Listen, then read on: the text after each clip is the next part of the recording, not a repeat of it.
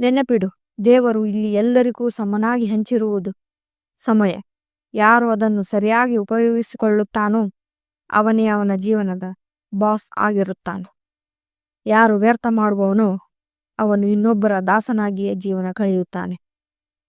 ನೀವು ಏನಾಗಬೇಕೆಂಬುದನ್ನು ಹಿಂದೆ ನಿರ್ಧರಿಸಿ, ಅದು ನಿಮ್ಮ ಸಮಯ ಕೈ ಜಾರುವ ಮುನ್ನ. ಗುರಿ ಅಂದರೆ ದೊಡ್ಡ ದೊಡ್ಡ ಗುರಿಗಳು ಮಾತ್ರ ಅಲ್ಲ. ಒಂದು ದಿನದಲ್ಲಿ ಮಾಡಬೇಕಾದ ಕೆಲಸದ ಪಟ್ಟಿ ಮಾಡಿ, ಅವುಗಳಲ್ಲಿ ಮೊದಲನೇ ದಿನ ಕೇವಲ 5 ಕೆಲಸಗಳನ್ನಾದರೂ ನೀವು ಸರಿಯಾಗಿ ಮಾಡಿದರೆ ಅದೇ ನಿಮ್ಮ ಆ ದಿನದ ಸಾಧನೆ.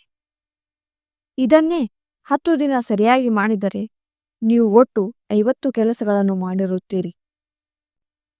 ಇದೇ ಚಿಕ್ಕ ಕೆಲಸಗಳು ನಿಮ್ಮ ದೊಡ್ಡ ಗುರಿಗಳನ್ನು ತಲುಪುವ ಮೆಟ್ಟಿಲುಗಳಾಗುತ್ತವೆ.